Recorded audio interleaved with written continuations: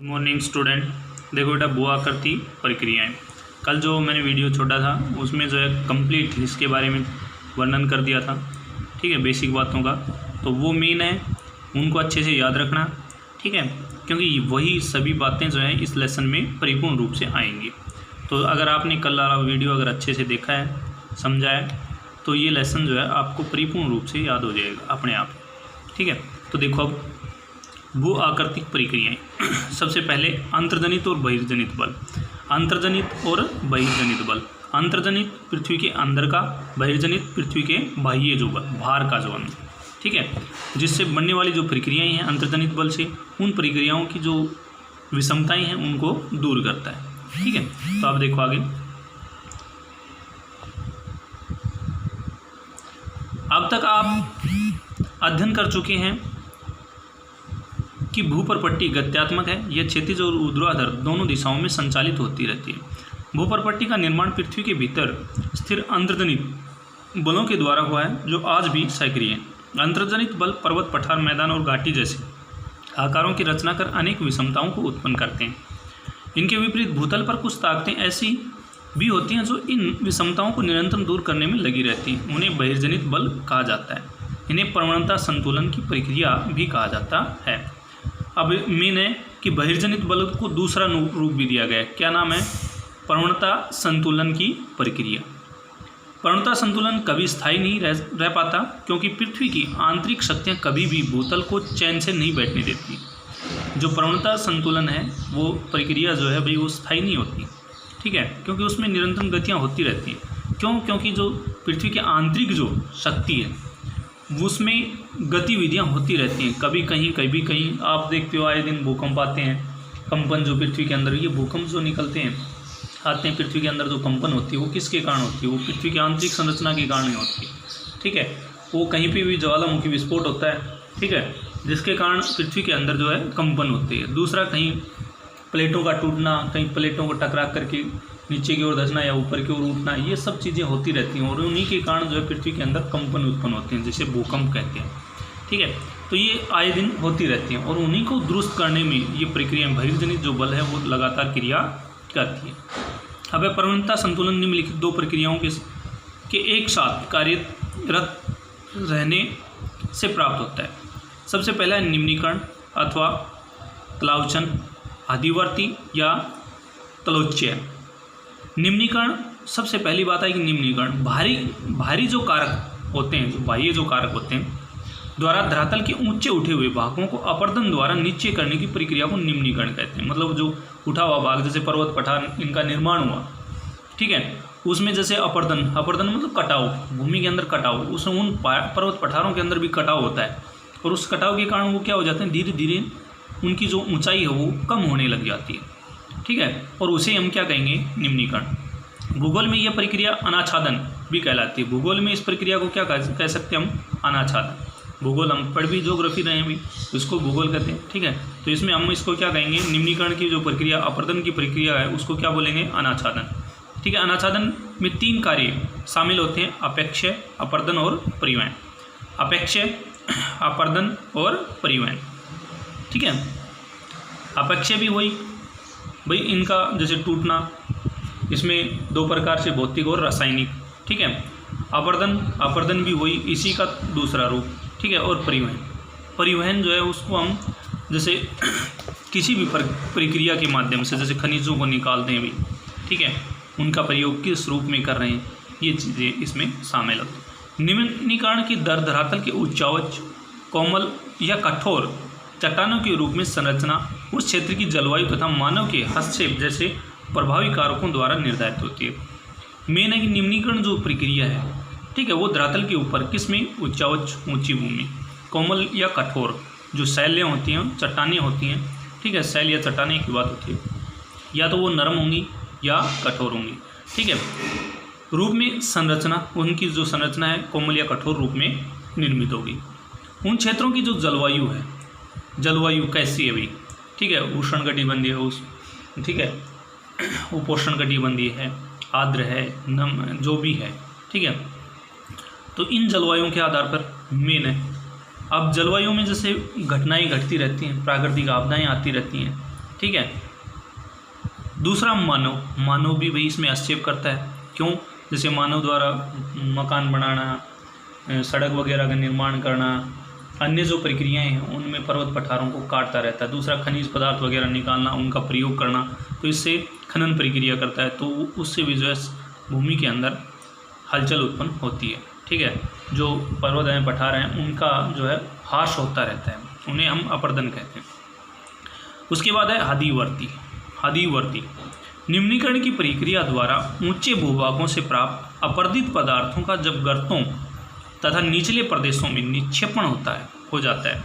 Main हादीवर्ती क्या कहता है कि भाई निम्नीकरण द्वारा जो भी अपर्दन हुआ, ठीक है, उस अपर्दन को जैसे भाई नदी द्वारा जैसे बहाकर लाया गया, जो तलछट है वो समतल जैसे भूमि आएगी, निचली जो भूमि उसमें आने के बाद जैसे प्रवेश करेगा, जल का धीरे धीरे भाव क्या हो जाता है, कम हो जाता है, और कम होने के बाद जो भी अपने साथ तलछट ले आया वो अपने मुहाने के ऊपर छोड़ देती है, उसे हम क्या कहेंगे, हादीवर्ती। समझ में आ गया? ठीक है। तथा निचले प्रदेशों में निक्षेपण हो जाता है, उसको क्या कहेंगे हम, निक्षेपण, तो उसे हादीवर्ती भी कहते हैं। निक्षेपण का ही दूसरा नाम क्या है, हादीवर्ती। समझ में आ गया? ठीक है। तलोचन या हादीवर्ती, निम्नीकरण या तलावचन एक ही बात होती है। निम्नीकरण हटा दिया जाए, आपसे पूछ लिया तलावचन क्या होता है, हादीवर्ती को हटा दें और तलोचन के बारे में पूछ लिया जाए तो तलोचन और तलावन एक ही बात है। ठीक है। मेन एक तलावचन निम्नीकरण की परिभाषा दोगे, हादीवर्ती में तलोचन की परिभाषा दोगे। ठीक है। अब आगे देखो, इसी में भूतल की हादीवर्ती करने वाले साधन भी वही हैं जो निम्नीकरण के हैं, जैसे नदी हैं, हिमनदी, पर्वत, पवन, समुद्री धाराएं। हादीवर्ती 3 कार्यों से मिलकर पूरी होती है, अपर्दन, अपर्दित पदार्थ या परिवहन, तथा निक्षेपण, उसका निक्षेपण।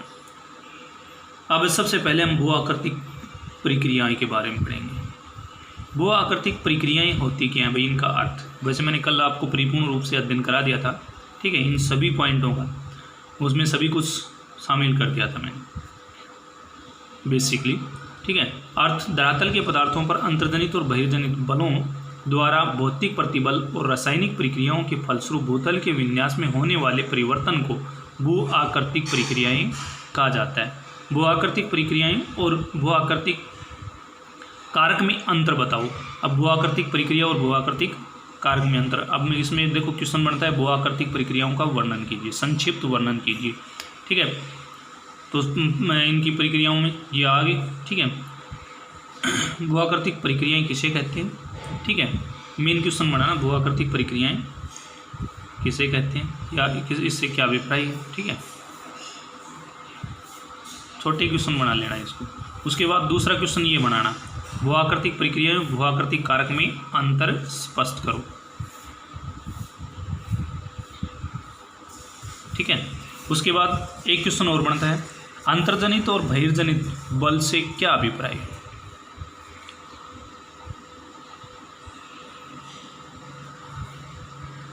ठीक है, ये मेन है।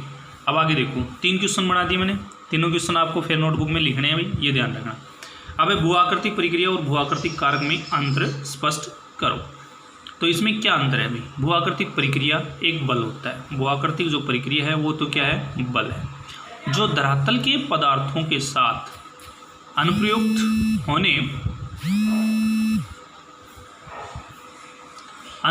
होने पर उन्हें प्रभावित करता है। भू आकृतिक कारक जल, हिम, वायु व समुद्री तरंगों जैसे वे बहिर्जनित तत्व या साधन होते हैं जो धरातलीय शैलों का अपर्दन और परिवहन करने में सक्षम होते हैं। जब ये साधन ढाल प्रवणता के कारण मतिशील हो जाते हैं तो अपर्दित शैल पदार्थों को ढाल के सहारे भागकर या खिसकाकर उन्हें निचले भागों में निक्षेपित करते हैं। जैसे उदाहरण के रूप में जैसे नदी द्वारा, हिमनदी द्वारा, पवन लहरें, धाराएं भू आकृतिक कारकों के उदाहरण हैं।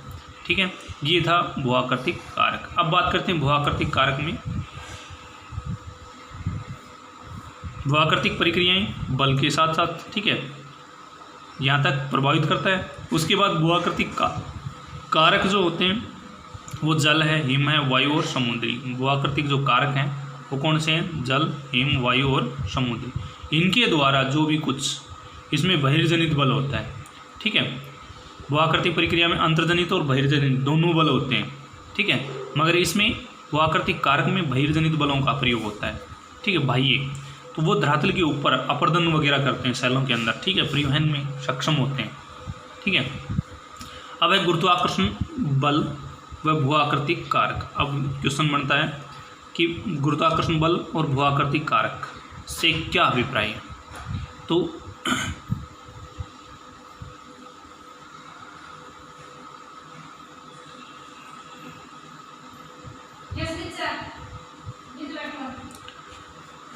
तो ढाल प्रवणता के साथ साथ पदार्थों में गतिशीलता लाने के लिए गुरुत्वाकर्षण भी अनिवार्य है। ढाल प्रवणता को साथ साथ पदार्थों में गतिशीलता मतलब जो ढाल होती हैं उनके अंदर उन ढालों के ऊपर जो पदार्थ तलछट होता है उसको प्रवणता मतलब उनमें गति लाना, ठीक है, वो क्या कहलाएगा, गुरुत्वाकर्षण बल। गुरुत्वाकर्षण बल कब लगता है, जब भाई ऊंचाई से कोई भी चीज़ नीचाई की ओर आ रहा है तो उसके ऊपर जो फोर्स है ऊपर से, ठीक है, और नीचे की ओर वो स्पीड से आता है।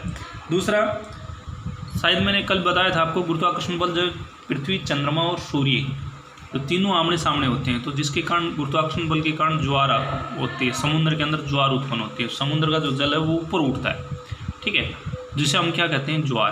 तो वो गुरुत्वाकर्षण बल के कारण होता है। जैसे इस गुरुत्वाकर्षण बल दूर होता है, जो जल है वो नीचे चला जाता है, उसको बोलते हैं भाटा, ठीक है। तो ये ढाल के ऊपर जो गतिशील, जैसे उनमें गति प्रदान की इन कारकों को, जैसे जल है, हिम है, वायु है, समुद्री है, ठीक है, तरंगे जो है उनको जो गति प्रदान करता है वो गुरुत्वाकर्षण बल, ठीक है। भू-आकृतिक कारकों को गति प्रदान करने वाला बल जो होता है वो गुरुत्वाकर्षण बल होता है। तो ये इसमें ढाल प्रवणता के साथ साथ पदार्थों की गतिशील लाने के लिए गुरुत्वाकर्षण भी अनिवार्य है। ढाल प्रवणता और गुरुत्वाकर्षण में बिना अपर्दन, परिवहन और निक्षेपण नहीं हो सकता। ढाल प्रवणता में गुरुत्वाकर्षण के बिना जो है ना तो अपर्दन हो सकता, ना ही परिवहन हो सकता और ना ही निक्षेपण नहीं हो सकता। गुरुत्वाकर्षण एक दिशात्मक बल है जो ढाल के सारे सभी पदार्थों के संचलन को आरंभ करता है, ठीक है। सभी बलों को ढाल की प्रवणता के साथ क्या कर रहा है, ये पदार्थों को संचलन कर रहा है। ये था भाई आज के लिए इतना ही, ठीक है। बाकी जो है कल कराएंगे। इनमें जितने भी क्वेश्चन मैंने बनाए हैं वो आपको फिर नोटबुक में लिखने, साफ साफ राइटिंग।